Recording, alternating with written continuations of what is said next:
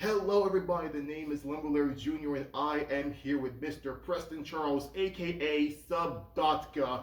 So much to speak about and so little time because, oh my goodness. First things first, I have to ask, what was the year that lured you to want to touch the CDJs, get a laptop and start making your own music? Everyone thinks it's 2009, but it actually was 2010. 2009 was the year that I graduated high school. That's why I thought it was funny to name it that. But To name one of your breakout hits, 2009 was tight. Yeah. And I was living in the dorms, and to be honest, we were kind of smoking a lot of weed in the dorm rooms and listening to dubstep mixes and playing a lot of Skate 3. And Skate 3? Yep. Even with all its glitches. Yep. And I hit a point where I was like, you know what, maybe I can do this. And so, just kind of started from there, started in the dorms. And you be correct that yes, 2010 was kind of where it truly began, because if we scroll deep, and I mean deep, I wish I know which sticker had the word deep on it, but yeah, deep into the IG, we will get to the 2-year anniversary of when you did your very first show, Laser Sword Album Tour, The Fallen Angel. Only 12 bucks. That they didn't even spell it right back then. That's hilarious. It was with a K until we had to make sure that it was a CTA because it's a SubDocta. Well, I'm curious to know as well how did that name come to be? Because people think is he had a doctorate degree, that type of thing? Sure. Was he type of thing? Was he trying to take off a Dr. Dre? I don't know. Where does SubDocta come from? At the time, before I did this, I was an audio engineer for live music full time. Oh yes, I got the business cards right here. Yeah, and at the time, I was literally a stagehand fixing blown subwoofers, and so I thought it was kind of clever. That is amazing. Yeah. So and the thing is, first off, I have to give you massive, major props for starting off with just being a stagehand, fixing subwoofers, doing that type of stuff for so many venues and so many shows and for so many artists. Hello, you have worked for helped out some pretty big artists out there, even though you were kind of very small, didn't really have much of a following, but it's still a huge accomplishment all on its own. Hello, you even did a bit of opening for, I can't even saying this, freaking Macklemore and Ryan Lewis. Oh my goodness, I'm sorry. How did you find all this? Hello, I do my digging, I do my research. That's Here's hilarious. The poster right here on August 29th, a day before today. Was it 2011? I think 2011, well, March 6, 2013. That had to have been the show. Yeah, one of my favorite shows I've ever played. That was 2011, and I only remember that because it was the day before I left for my first Burning Man. Wow, your very first Burning Man. Yeah, because I grew up in Reno, and 2011 was my 21st birthday, and I turned 21 on the playa that year. And I remember I used the money that the college paid me to fund my trip to Burning Man. Wow. No. That is amazing. And hey, this is hilarious. But I'm just curious to know. So, with all the experiences that you were going to, first off, Burning Man, do you know of any artists that really got you into wanting to work on subwoofers, wanting to learn about all this music type of stuff, audio engineering, all that type of jazz? What sparked that interest in you? Well, I was in college and I was entering my third year as a junior with no major. I had no idea what I wanted to do. So no major or liberal arts? I had I guess liberal arts. I don't even remember. Because that's usually the section people go to when it's I really have no clue what I'm going to be doing. So you know what? Liberal arts. Right. So something like that. And there was a small recording science program at my college. Mm-hmm. Took it. My instructor was phenomenal. He had worked on albums with Dr. Dre and Thin Lizzy and old school cats from back in the day. Old school, but legends. Of course, yeah. And so once I realized I couldn't afford to go get a degree in audio engineering, I just decided to quit school and go work my way up. Mm-hmm. And that's what I did for a full-time gig up until 2017 where I quit that and dedicated all of my time to this, which was always as a hobby before, you know, a main gig. And I was like, let's see what happens. Right, but the thing is, like, until recent years, 2017, the year I graduated from high school, is that like in between those, like, 2013 to even 2016, 2017, you were still trying to put your foot in the electronic music door. Totally. So you also have, I believe, like, your first huge show in 2014, where you had your first, like, I believe your first, like, huge showing right here. We had Infected Mushroom, Candyland, Kill Paris, all these people on the list who... Base Camp. Yeah. So growing up in Nevada, I was lucky enough to get involved with my local scene. And I tell everybody there's nothing more important than your local scene and keeping it healthy, because we all come from somewhere, right? We all start somewhere. So for me, it was Reno, Lake Tahoe, Northern California area, some of the smaller festivals we had, and I was able to kind of break in with them and just get my foot in the door.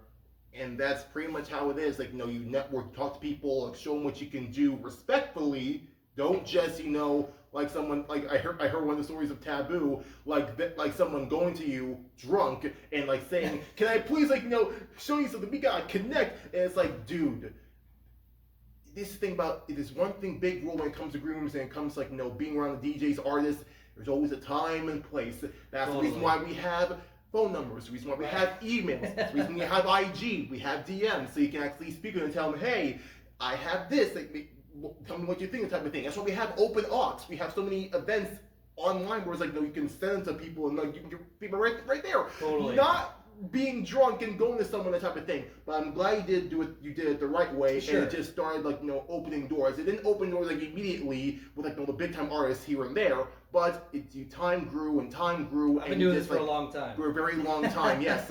And of course, we have to celebrate some of the, when you start, trying to make your own music around 2015 with, we gotta give some love to a certain label that really helped you put your foot in the door, that really helped you, start making stuff. ShadowTrix. Yeah. ShadowTrix Volume 1 and Volume 2. It was 2015 with the song Foolish, I believe. Yeah. And that, I believe, was that the first original, or did you, have a few before then? Because I keep saying, remix after remix after remix. But was that the first original, SubDocta original song? I honestly cannot remember. I honestly can't remember. I remember that was maybe the first compilation that I was a part of. But man, you were bringing up some old memories. I really don't remember a whole lot of this stuff. Understood. I mean, can you remember this, the Never Know Crummy Chummy mix? I sure do. Okay, remember that one. Yeah. But not the original. So yeah, I really had to scroll down and think, okay, where did SubDocta first begin? Yeah, I saw 2016, 2017, 2009 was tight, yeah, all that jazz. But I feel like, nah, that's because it's you don't just make one song and then you just blow up right then and there, especially in 2015, 2016. But hey, it's the internet. It's like, some people do now. Some people do, and some people even now, yes. But I feel like at the time in the past, it doesn't really. You can't really get that much traction right off the bat. TikTok didn't exist. Sure. IG was still, in its heydays. It was just pictures back then. Back then, until you put in videos, you put in captions, put in collaborations, all that jazz. Yeah. But at the time, I knew it didn't just start from there. So I saw ShadowTrix, I saw Volume 1, Volume 2, and of course we move on to, of course, some of these huge, incredible people that really give you a spot. First off, gotta give a huge out to Big Gigantic, the Floozies, for them putting you on the list as well.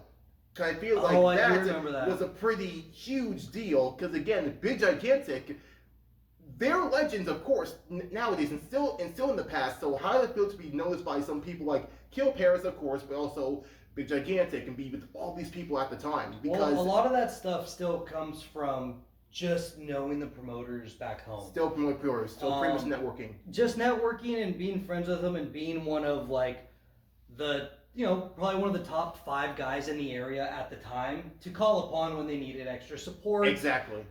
Things like that. And since I grew up there, I had a pretty good friend base, and so it made it. I was lucky to be called upon to open for these kind of shows. I mean, it gave me a lot of insight. And ever since then, it was pretty much show after show after show after support after support after support for helping these type of people help you rise up to the occasion, let people know this is who I am, this SubDocta. Is there a show, if you can recall, is there a show you can think of that like made you think, oh my gosh, this is incredible, I'm really doing it, I'm really making it out there in the EDM community? I think if I can recall, it might be the first tour I did with Dirt Monkey in the fall of 2018. Mm-hmm. I believe it was at the Bluebird in Denver, which I later on went and got to sell out myself. But I remember doing a sold out show there with him and thought like, wow, it's actually working. Like, what the hell's going on? The Aquapeel tour? Yes, that tour. Yes. Okay. Yes. Well, again, Dirt Monkey, again, another legend, and of course, shout out to 19K, his record company, who also gave you a shot as well. We did a bit of work with him. I think it was Ground Zero, or what was that song called again? With Dirt Monkey? Yes. We have West Coast Wobble. The EP, yes. There was another song I just know right off the bat. It was like Blue Line is the other collab. I did an EP, like, what is it? CBDB EP. Mm-hmm. Yeah. Yeah, I was really trying to think about what song that was, because I feel like that was where I first saw, SubDocta and Dirt Monkey colliding together. Yep, Blue Line. It was Blue Line. Yeah, sorry. Right. It was Blue Line. So Dirt Monkey tour, that was incredible, being a part of that. But what can you tell about another tour? I thought this would be your answer. The One tour with Ganja White Knight, SubCarbon Records. How does it feel to open and be a part of them? Because ever since, you were on that tour, that line for them, they were like, you know what, this man's incredible. Let's put him on every single one. Not just the One tour, but Wobble Coliseum. Let's put him in Red Rocks. Let's put him in all these places. So it's like, how did that come to be with you working with SubCarbon? Well, at the time, I was trying to sign the West Coast Wobble EP, and nobody wanted it. I sent it out to so many labels, and I never felt like I was going to find a home for my style of dubstep, which I've always wanted to take a modern approach to classic dubstep, in my opinion. If we can elaborate on that, your style of dubstep, pretty much your sound, how would you describe it? Because the way how I see it, the way how I hear it, you're a man who is pretty versatile in so many different areas. Especially, perfect example I can think of is a certain album, but I'll get to that soon. But a lot of the songs that we hear, especially even before the album, has been pretty much a mixture of different types of styles. You still have that SubDocta flavor in there, sure, but it's still old school dubstep, how it was in the past. But you just add your own twist, add a bit more bass, add a bit more of this, a little bit of that. Pretty much being a mad scientist in the studio and on your laptop. But it's like, how would someone describe the sound of SubDocta if you could explain it? I mean, the best I could come up with was the West Coast Wobble sound. And that came about because at the time, West Coast bass was a very popular term, and dubstep wasn't getting booked. Mm-hmm. So as a joke, I thought to myself, I'll just call my music West Coast Wobble, as just a little jab of what was happening at the time in the scene. But yeah, it was always just my rendition of my favorite years of dubstep. And I think being a DJ a long time before I started producing helped me be able to expand a little bit more than just dubstep, do with drum and bass or, 100 BPM, whatever it is, halftime, whatever. But yeah, just not trying to follow any trends and just do what came naturally and what was fun to me, what sounded fun. Understood. Any old school dubstep artists you can respect or you remember listening to? I think I can name one who I learned about thanks to Ray Wolf 3 years ago when I interviewed him. He mentioned the name Big Chocolate. That's one legend that I didn't hear before, but when I started seeing his work, I was like, okay, I can see why he was so legendary in the past. So besides Big Chocolate, any others artists you can think who inspired you, that gave that old school dubstep that kind of started it? Yeah, I mean, 100% Rusko was my favorite artist, and also Ganja White Knight, which leads back to what you were asking. Is I sent my music to SubCarbon, and then the Ganja White Knight guys that were still living in Belgium, they set up a Zoom call with me to chat about the music, which was extremely exciting for me. And they have been the most instrumental big artist in helping me get to where I'm at today in terms of everything they've done for me. They're such good friends of mine now, and it's so crazy to have people that I once looked up to be not only great people that help out everybody, but just that wanted to help me out. Like, it meant so much.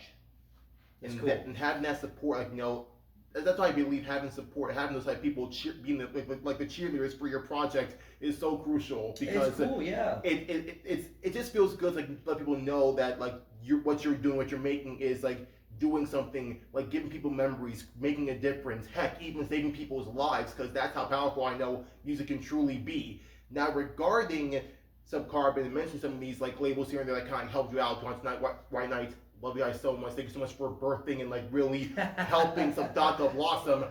Is there a label that like besides SubCarbon, are there any other labels that you really did not believe that you will be a part of? Like, I mentioned obviously SubCarbon, but heck, I can even mention Waakan. I could mention Drama Club on my Boogie T. Heck, I can even mention right now at this moment in time the recent works, Disciple Roundtable. Yeah. Another legend, but. What can you say about like the labels that was like really surprised you that I am a part of this family, I'm part of this label? I mean, Waakan as well. You know, I got to do a couple, 3 EPs with them, I believe. And honestly, still to this day, I'm just surprised that people want to sign my music just for where the different states of the scene go to. Mm-hmm. There's a lot of what's popular and what's popping off and blah blah blah, and I've never really done that. I've just tried to always do my own thing. And so anytime a label wants to sign my music, I'm just grateful that they think it's cool enough to go on their imprint. But I feel like out of the like the EPs that you made and stuff like that, is there like an EP that like really that you were like that you really loved and that you would not mind putting in your sets again? It could be from old, it could be now. I feel like I have an answer in mind. I can guess, but I'll let you speak. Man, that's tough. Take your time. I really liked the Swankle EP off of SubCarbon. Really? Yeah, I thought Rail Spot was super fun. I actually had to pay that YouTube. I found that on YouTube, that clip of the, all the vocal snippets throughout it. And we had to pay him to use it. It wasn't very much, but I thought it was funny. But that's still probably one of my favorites. Also, I thought the Psych Ward EP on Waakan was really good. Psych Ward. Yeah, I don't know. I guess I could pick little bits from all the eras and sprinkle those throughout every once in a while. Even the Oh Heck EP? Yeah, definitely. And Sorcel and The Juice and shit. I don't even remember what else is on there. Oh, he forgot about. I think it was like. Shoot! It was. I was like Daddy Longlegs. No, it was. There was a name for it. I remember. I mean, it was one of my favorite EPs listening to in Drama Club. I can't remember. Don't worry, I got you. Dang it, no internet. Anyway, I remember it. I can recall this. Come on, it was Ectofil. It was the. Shoot! Do I need to look it up? No. I got this. Trust me, I got this. It was the Oh Heck EP. I can recall because I did the research. Was that the one that Bombada? That's the one that Bombada was on with Boogie T. David Stroganoff. That was the one. David Stroganoff.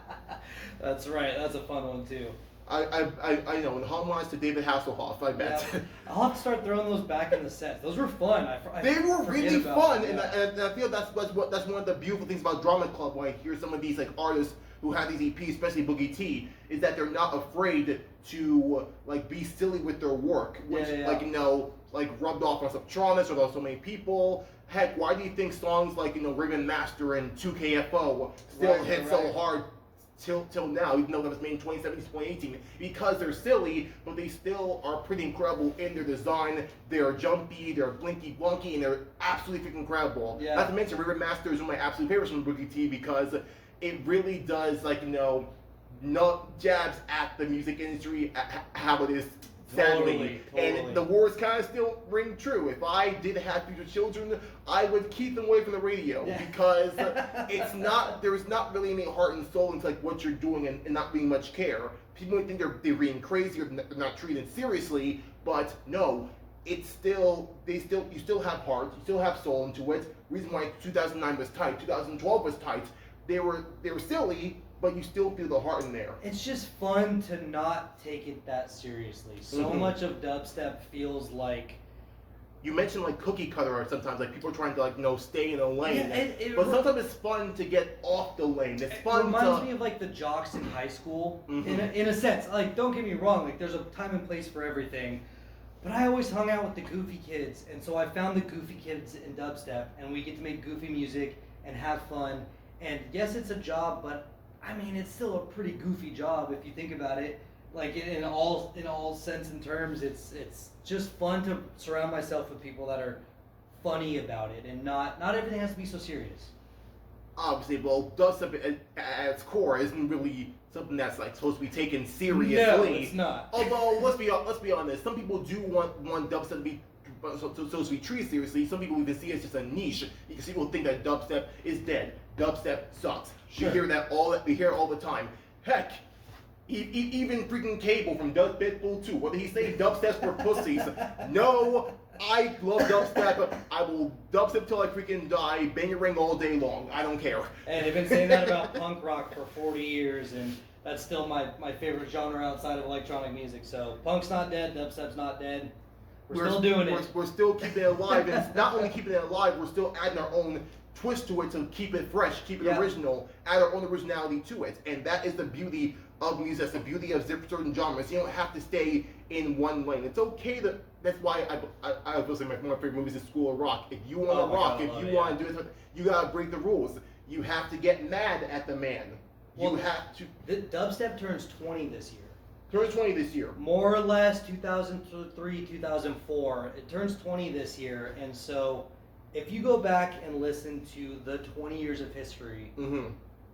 I mean, to your point, same with any other rock genre or whatever, like, people just always taken it to the next level and kept it interesting. And I'm about 15 years in, and I'm still doing it because I love it. I mean, it's just somehow getting more and more just creative and keeps us drawn in. I mean, that's why we keep doing it. So I'm curious to know, this kind of ties into like one of my finishing questions. I was going to ask them what's next for SubDocta, but I'll kind of tweak it and say this.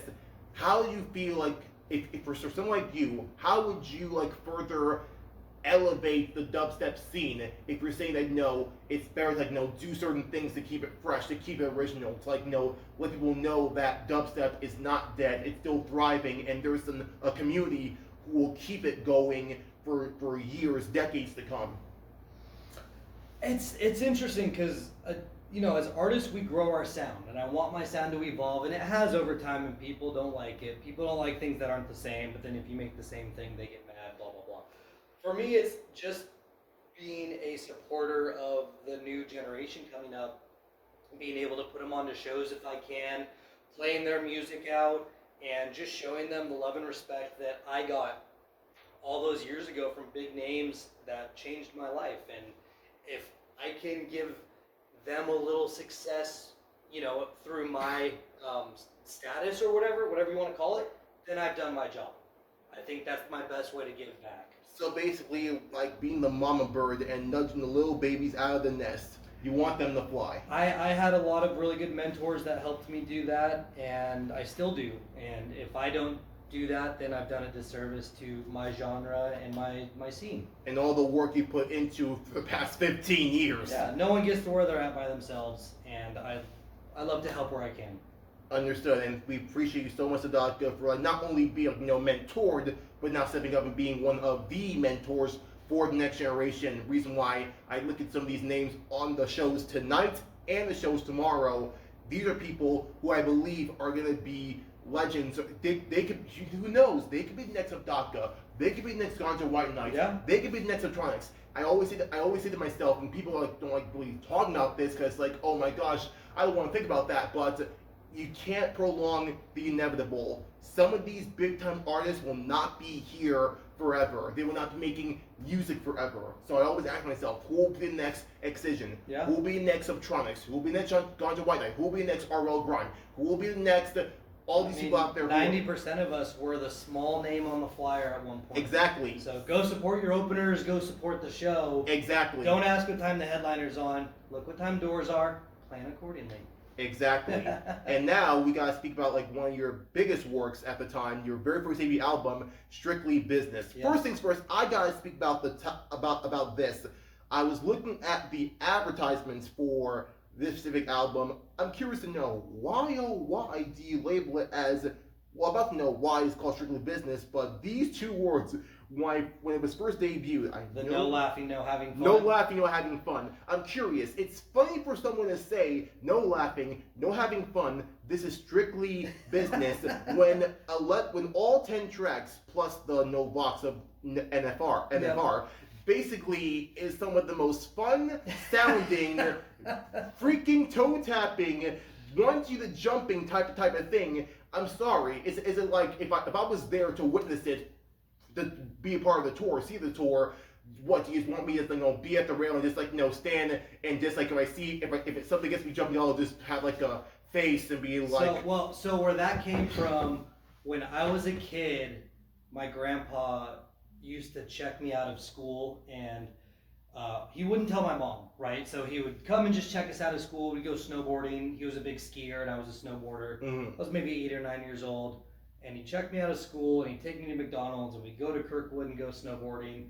And the only thing he would tell me is, he'd go like this, he'd go, no laughing and no having fun. That was his thing, to not let my mom know that he checked me out of school and blah, blah, blah. So pretty much when you go back home, you hide the smile. Yes, and so just be like, what did you guys do? Yes. Oh, we just went to the gym. He really worked me hard. It was just terrible. Yeah, so it was my homage and my tribute to my grandpa, who's no longer with us, as one of my favorite sayings of all time. So I thought it was funny. So I definitely know your grandpa's definitely shining from heaven. Yeah. I feel smiling like, hey, at least he's keeping my name alive by making sure everything was strictly business. Yes. But if we look really deep into Strictly Business, these 10 tracks plus the NFR no box, all these songs, you mentioned that this is pretty much your versatility to the max. You wanted to be a hit of everything in bass music, not just pretty much being the Venn diagram bass music. You have bass music in the middle, but you have all these lines at the end. You have your drum and bass, you have your experimental bass, you have this, you have that, you have this, and it's almost like a web. And that's pretty much what entails Strictly Business. So what made you say that for this, if I'm gonna make an album, I want to make sure this is an album where there's a little bit of everything for everyone. This song may not hit with someone else, but I know this one everyone's gonna love. Someone may not like Party Crasher with Sully, but I definitely know some people are gonna be going crazy over the Taboo collab of Dope Slango, that type of thing. Right. I think for me it was more of just, at the time, I think that was 2021 or so. 2022. So I made all the songs in 2021. At the time it was, how can I show my range and maybe what you can expect at one of my shows. I've never been one to stick to one thing, and it was just fun for me. It was a fun and challenging project to go all over the place, and I think it's important as an artist to not pigeonhole ourselves into one genre or sound and put yourself in the box. Yeah, so it's like, how can I make this cohesive enough and still weird enough and still interesting, and that was the culmination of it, and yeah, I'm very proud of it. And now recently, you kept on trying to elevate the game. By this time, with your EP Left 4 Dead, I gotta say right here now, Left 4 Dead with David Vance, possibly one of my absolute favorite recent SubDocta songs ever. Because I'm sorry, just when that first drop hits, I want so bad to everyone's standing in line and just do almost do a dance each and every beat, because it's almost like you're walking very that type of thing. It just hits so hard. Yeah. I wish I could see that live. That day will definitely come. Tomorrow, definitely come. But again, Left 4 Dead, that song, the title track, plus all the 5 other songs, including 2012 was tight. That to me was you really trying to elevate the game really have fun with it, and hey, homage to the Cowboys. I love the advertisement of it all. But we gotta go into this. The 2 unique sets from SubDocta that was played in almost every venue, every set. How did that come to be, and what was the style you were trying to go for in your second set? Oh man, that was a lot. That tour, I was a little over ambitious, I will admit. You know, on paper it sounds easy to do 2 sets every night. And I learned, you know, at the ripe age of 33, it's a little bit harder than I thought. But my idea was to just play. I've been, like I said, a DJ for so long, so much longer than I've been a producer. And I just wanted to do one full DJ set of whatever the hell I wanted to play. With no SubDocta music, no, like, I feel like there was no strings attached. So the first set was me just doing a free-for-all, whether it was deep dubstep or throwbacks or house or... And then the second set got to be a SubDocta set, but it also shifted. Sometimes the first set was like deep dubstep SubDocta tracks, and then the second set was like the party music. So it gave me a wide range to just play with it, play with the sound, make it fun, don't get bored, and just have a good time. And it was great. I was very tired, but it was great. Understood. It's really all about the journey, like, and what you're trying to do, and not to mention giving back to the community and like letting people know, no, it can still be fun. You can still do this and you can still do that. I definitely believe if I could see that myself, it would be incredibly inspirational because. Sorry, go ahead. I say it'd be incredibly inspirational because hearing what you said about how you're still playing it's still SubDocta, but it's just like, you just being yourself. It's a free for all. Yeah. I feel like if a tour does come in the future with SubDocta, I feel like I would love to see what set would this be in these type of dates, and hope people will know that this date it will be a throwback set. This date will be a deep dubstep set. This one year will be pretty much like it could be whatever genre you wish. Heck, it could even be a homage to some of the people that really helped you get to where you are now. It pretty much play as like a set that's mostly for a Waakan set or a SubCarbon set, and really mix up like that. This take it with a grain of salt and just throw ideas out there, but that's why I see these 2 set things happen all the time. Snails is doing it with SCAR-Go. Blank is doing it with Aeon mode. Bring back drum and bass. Yeah. So it's. I'm just curious now. That's what the psych board sets are, and they started off with the streaming over COVID. I was lucky enough to do, and I still do, very long streams on Twitch because it just felt like me playing to myself without a crowd there. It was just playing whatever I wanted. Not to mention as well, we gotta give shout out to Electric Hawk as well, who had their virtual harmony sets. And you were also part of that too. Yeah. So thanks so much for being a part of that. We really sincerely appreciate that. I love Electric Hawk. I'm just speaking at homage because I also used to work for Electric Hawk too as community manager. So thank you so much for being a part of Electric Hawk family. We really love that set. It's amazing. Well, the other fun thing about this tour specifically was it gave me an opportunity to have locals play direct support. There's so many tours now book out from start to finish as touring artists, and I remember when I was a local artist, it bummed me out when there was no slots for any locals to play. So I was like, okay, cool, direct support gets to go on right before my headline set. They get to play for a banging show, they get to put on for their city, and that was very important to me in terms of the local community. So it all tied in, and I don't think I'll ever do it again, but it was a good time. Well, Left 4 Dead, it was here, it happened. We really appreciate you so much, and for giving that direct support to the locals again, giving back to the scene, being the unspoken mentor for these people. Let them know that I may have not done so many shows, but this show I done with SubDocta was one for the books. I will always remember, and they will those memories will stay with me, and I can look back at that set. Think about that set and think, how can I get better? But I know that SubDocta has my support. He may not say it in front of my face because he's busy, but he has my support. Hey, like I said, we were all there at one time, and if I can give back, that's I'm happy to do so. That is amazing to hear, and we sincerely appreciate for that. Now I can finally get to this question here. What is next for SubDocta? I'm just curious to know. It is 15 years. We had so many amazing tours, so many direct supports, so many memories. What's next? It's hard to say. I'm keeping my nose to the grindstone and just trying to keep going. I turn 34 next week. And happy belated birthday. Thank you. I just recently moved to Nashville to expand on my artistic horizons, and just be more involved in the arts there. And I don't have a long-term goal. I just want to keep doing this as long as everybody will let me.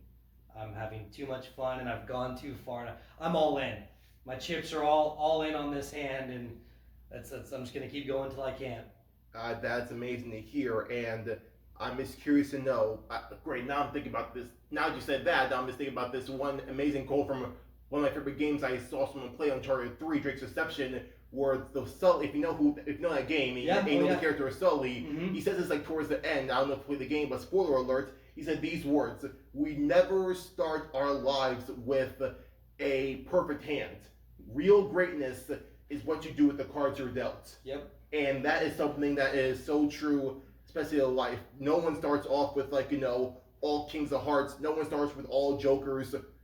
Well, okay, that's a bad analogy because I don't want to speak about Joker. No one starts with all kings, all queens, that type of thing, or a straight house, full flush, diamonds are a guy's best friend, that type of thing. No, we all have different cards, and the only thing we can do is shuffle the deck and see what we get next, or use what we have and let it work to our favor. That's all we can do in life. Yeah. And someone like you had your cards. You played them pretty dang well, and 16 years later, you're still playing the game, but you're definitely have a lot more tips in the back of your mind, and say, yeah, I'm doing pretty good. When will the next time come where I can really go all in?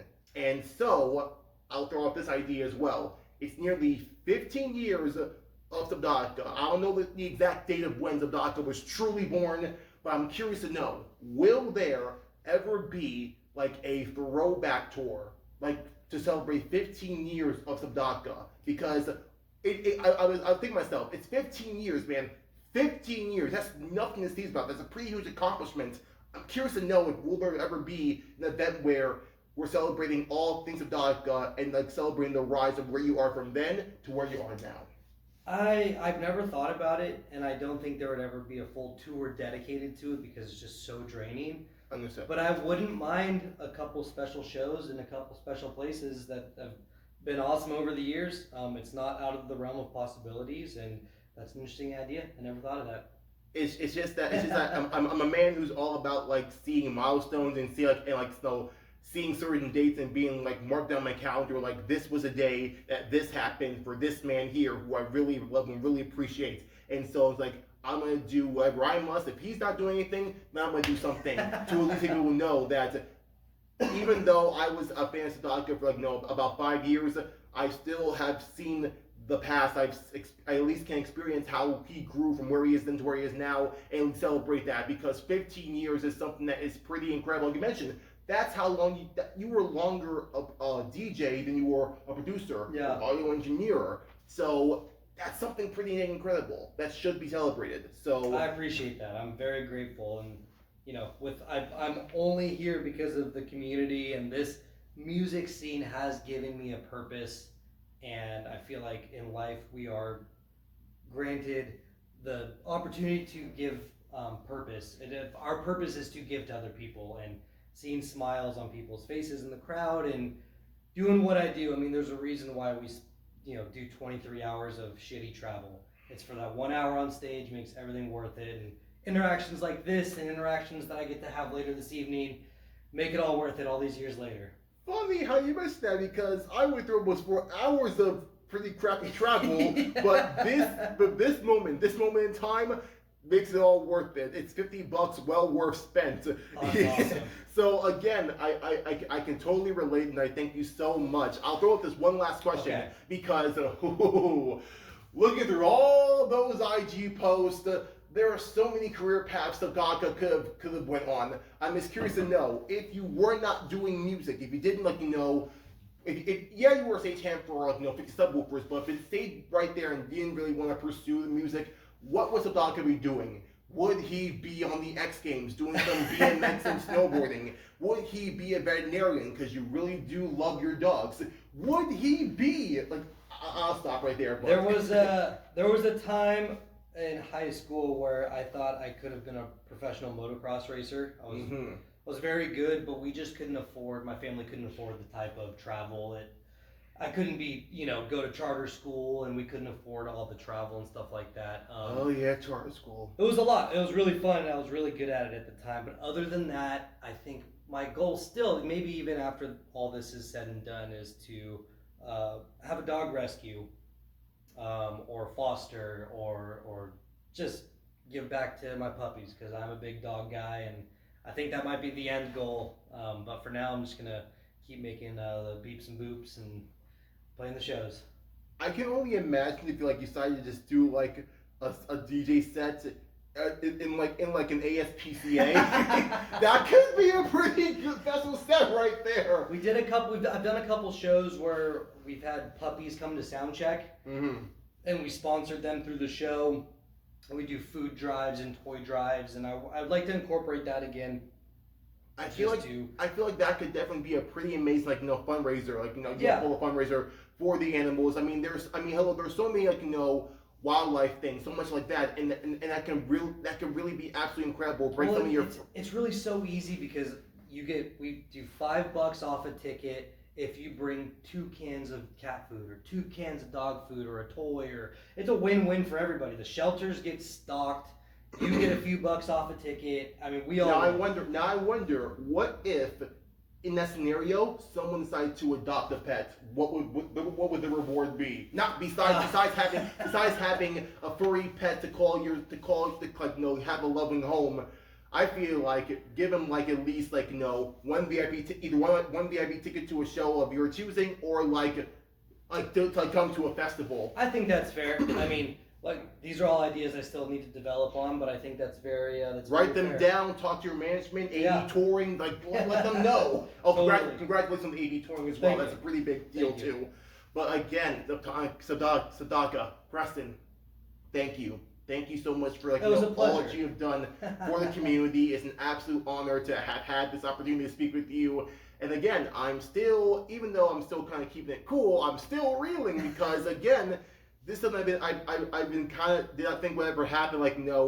In the past years of my life. So to have this opportunity to speak with legendary artists such as you and so many others out there, I've been on the grind for the past 3.5 years, 3 years. And this is all just a passion project. Like you said, you want to give back people, giving them direct support to, in your lineups.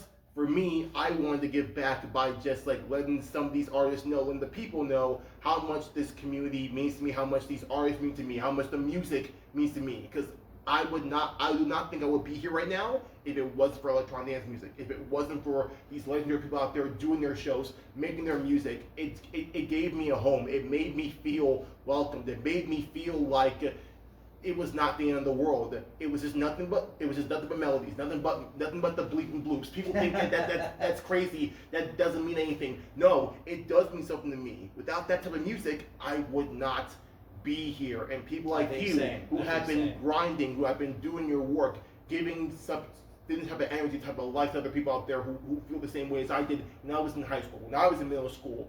It means something. It truly does mean something. And I just wanted to at least do something like this to tell you thank you. That's incredible. And it means what you're doing is something that's incredible, nothing in vain. Thank you very much. It was a pleasure, sir. Thank you so much. Sorry, think someone's at the phone. The phone's ringing. I don't know what's happening. And with that, people, thank you guys so much for watching and listening. That was SubDocta. This is Noble Alert signing out. Love you guys so much. Peace.